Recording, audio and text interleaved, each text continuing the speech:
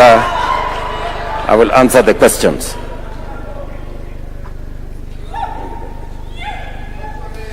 Thank you.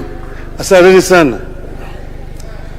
Your Excellency, the President, Ruto, the governors, honorable members of parliament, wananchi wote hamjambo. Hamjambo tena. Jituwa Saruru, Oyare, Homabay. Thank you. Your Excellency, I was invited here to come and give a keynote address. I prepared some notes that I want to share with this audience here today, this morning. Let's bring it here.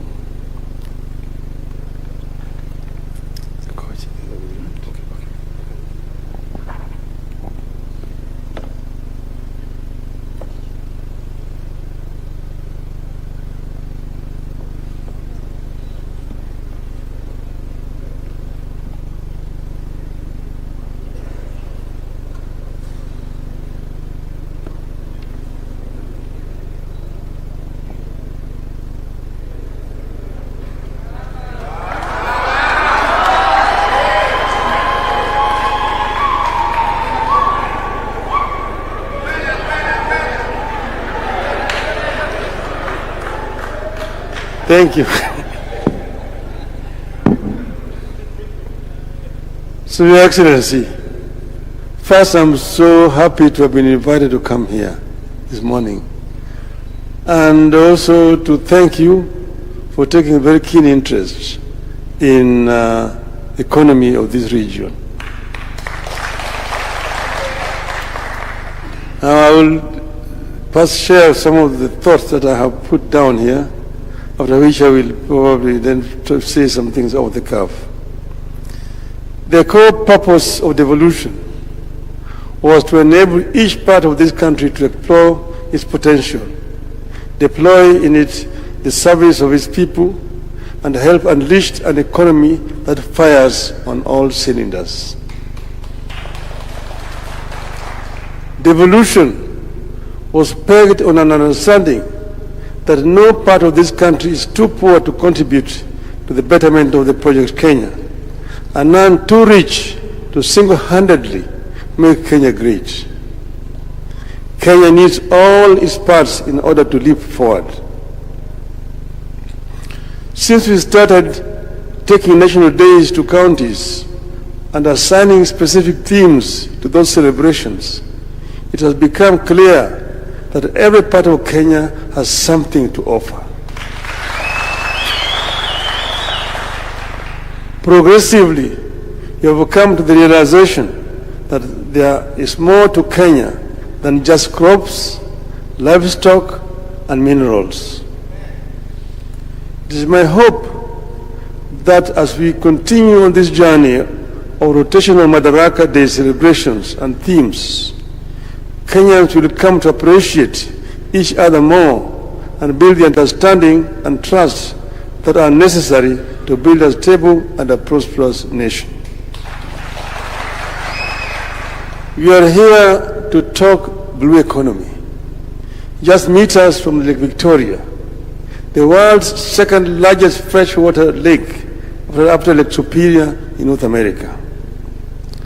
As we embrace our oceans and lakes and rivers as potential sources of growth under blue economy, we are coming to the realization that there is more to these water bodies than just fish. Blue economy is a relatively new era of focus in our country. Despite only recent focus on this field, Kenya is putting commendable effort, and I believe that in no time you can make this sector one of the top contributors to our national economy and the well-being of our citizens. The government has rightly identified blue economy as a potential source of inclusive economic growth, job creation for the youth and riparian communities, food and nutrition security, sustainable aquaculture, and conservation and climate resilience, among others. For us to realize and maximize on the full benefits of this sector, there are deliberate steps we must urgently embark on as a nation. I will outline a few. But before I do that, Your Excellency, you need to know that these people were originally not fishermen. Luos were pastoralists. As they came down from the north, they were traveling along rivers and lakes. That's why they are called river lake Nilotes. But sometimes in their history, about 200 years ago, their cattle, their stocks were decimated by an epidemic 200 years ago. That's when they turned to the lake, to fishing and to sedentary life at that time. But that pastoralism life is still very much in their blood. These people here, they know how to borrow Remo.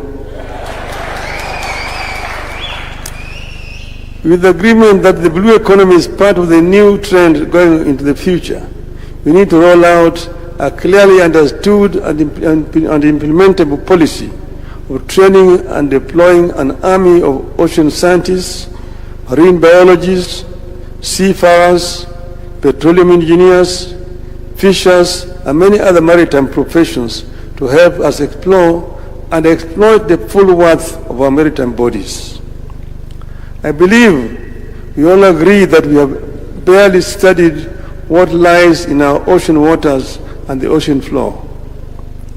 We have barely studied our lakes to fully appreciate and exploit what lies in and below them for our use. We have only scratched the surface with regard to our capacity for shipping and water logistics. We have hardly explored our capacity to generate and export seafood, among other items that the rest of the world have invested in from maritime economy. We develop and implement a robust and comprehensive mechanism for management and protection of all maritime life, breeding grounds, to enable life in the water sustain a blue economy. We must also embark on protection of maritime vegetation like mangroves, reeds, and other plants that are known to be critical to the life in the oceans, rivers, swamps, lakes, and all other water bodies, therefore, to green economy. Lake Victoria, just like Lake Turkana, River Tana, and the Indian Ocean have brought forth life that we seek to exploit. We have a responsibility to ensure that life continues to flourish in these bodies. You have to protect the existing mangrove and other swamps, forests, and vegetation, and embark on the replanting of hectares of depleted marine lands. Otherwise, we will lose the entire species of marine lives and undermine the blue economy. So far, the only attempt to conserve marine vegetation, which is also dwindling, has to do with the mangroves in the Lamu area. Everywhere else is marine exploitation with zero conservation of critical vegetation regeneration. Let us be firm against pollution. We have to be firm on a single-use plastic ban in order to reduce the non-biodegradable waste entering the marine environment and undermining blue economy. There must be a clear understanding by all, including investors, that there can be no blue economy or any economy for that matter through pollution. We must all understand that economic development can't be built on environmental degradation. Only healthy waters will generate wealth. For eternity, we have tended to see and treat our water bodies, including the lakes, rivers, and oceans, as obstacles and dividing lines between communities, regions, and nations. This has to change. must begin to see Lake Victoria, Turkana, Tana River, Indian Ocean as seaways and links to other people, countries, and other markets. In this regard, the effort by the government to revive and modernize the port system and supporting piers and other infrastructure is highly commendable as a journey towards the realization of the economic potential of the Marines.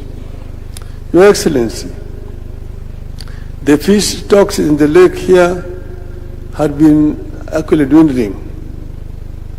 In the 60s, there was a research that was being carried out by the East African Fisheries Research Institute, which is based in Jinja.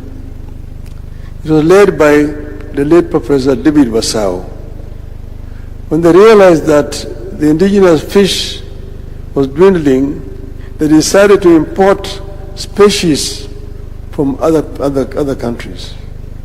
They went to Lake Superior in Canada and bought another species of tilapia, different from the indigenous tilapia known as the tilapia nilotica. They bought another one, which is original ngege. They bought another one, which they bought in the lake. It was called nyamami, or giaba. Then they went to Lake Kyoga in Uganda and bought another fish, that is the perch. It's called the Nile perch. The Nile perch was not indigenous to the lake. It was imported from Lake Kyoga. But the Nile perch has a history.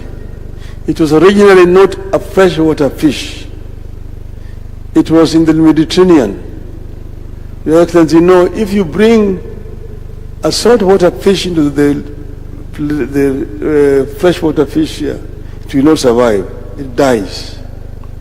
Like if you take the freshwater fish to the Indian Ocean, it also dies.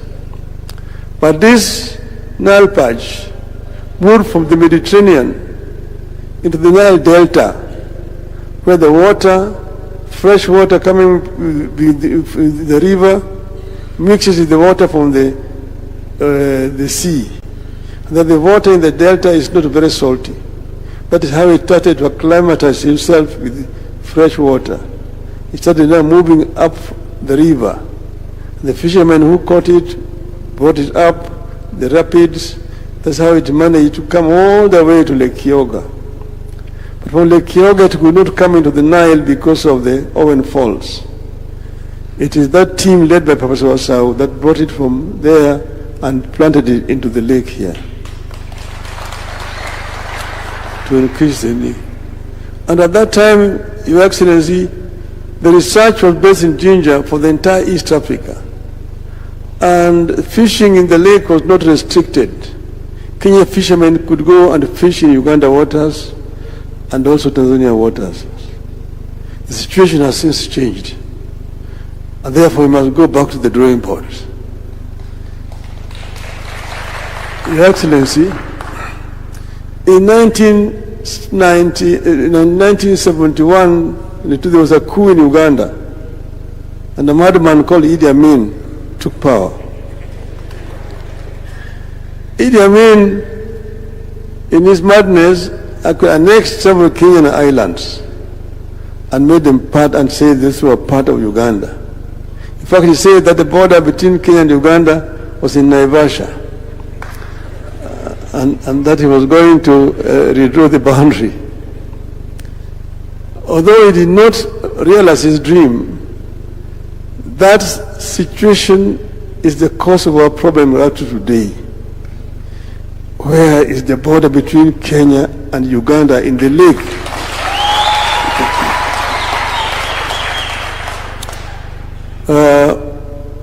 When I was the Prime Minister, we appointed a team led by the then Minister for Lands, now the Governor of Siaya, Honorable Orengo, together with the Minister for East African Affairs and the Minister for Foreign Affairs, who is the current Speaker of the National Assembly.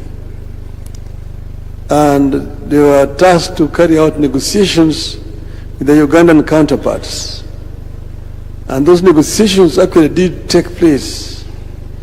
They went to the regional boundaries, they went to Uganda, they came here to Kenya, they went all the way up to Migingo Island, which was contentious at that time. I heard President Museveni saying that Migingo Island is in Kenya, but the waters around Migingo Island are in Uganda. Now, as they were doing this, Mr. President, it came out that the coordinates that mark the boundary between Kenya and Uganda are based on the river Sio, that where the Sio enters the lake is where you begin to make the coordinates and the angles into the lake. Now, we discovered that river Sio, during one of those floods, had changed its course and left. It used to be one fort, but it moved back into the Kenyan side, several kilometers. So now the Ugandans are saying you need to measure from where river Sio is today. But in those days, river Sio was somewhere else. So if you take the coordinate from where river Sio was entering the lake those days, then those islands are in Kenya. There are 5 islands: Sigulu, Remba, Hama, Wayasi, and I don't know which other one. There are 5. Lolwe. So this is a contentious issue that we need to take up with Uganda. We need to take up this issue with Uganda so that it is not properly resolved. But secondly, we do not see any reason why our fishermen should be harassed in the waters. We need to come up with an agreement that these waters can be exploited generally. In the Indian Ocean, you have got Koreans, Japanese coming to fish in our waters here, and there's nothing we're doing about it. Why should Kenyan fishermen be harassed when they just cross the border here? And let us then also agree with Uganda so that we know exactly where the border is. Ugandans have brought in Marines in the lake, harassing our fishermen. We should also have Marine in the lake.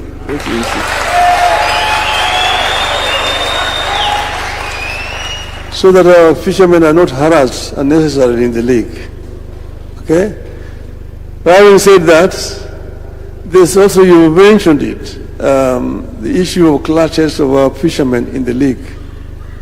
They're killing each other because of fish. This is stupid. You should not allow this. Jothuro ke kunegru, jolugu thuro okunego negre nam ni gwach marriage. Which word malicha in? Jolugu di nam kuja di gore to di negre. But then, Your Excellency, I know that Joho said he's bringing a helicopter. We need that. We needed it yesterday. A helicopter that will help also the fishermen who are drowning in the lake, so that they can be rescued in good time. So we need more choppers. We also need more boats around, which can fly around and help our people, because we are losing people unnecessarily in the lake. And we should have security so that they can be rescued before they drown in the lake. So, Your Excellency, as a country, we have to work proactively, build local and global partnerships, and promote responsible management of our water resources. We must spearhead a policy of integrated, sustainable marine management founded on knowledge, science, and experience. I thank you. Another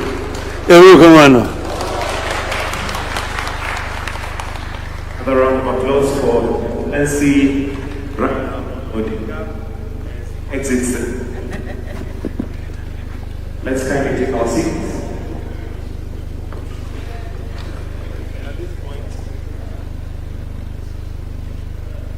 And at this point, Your Excellency,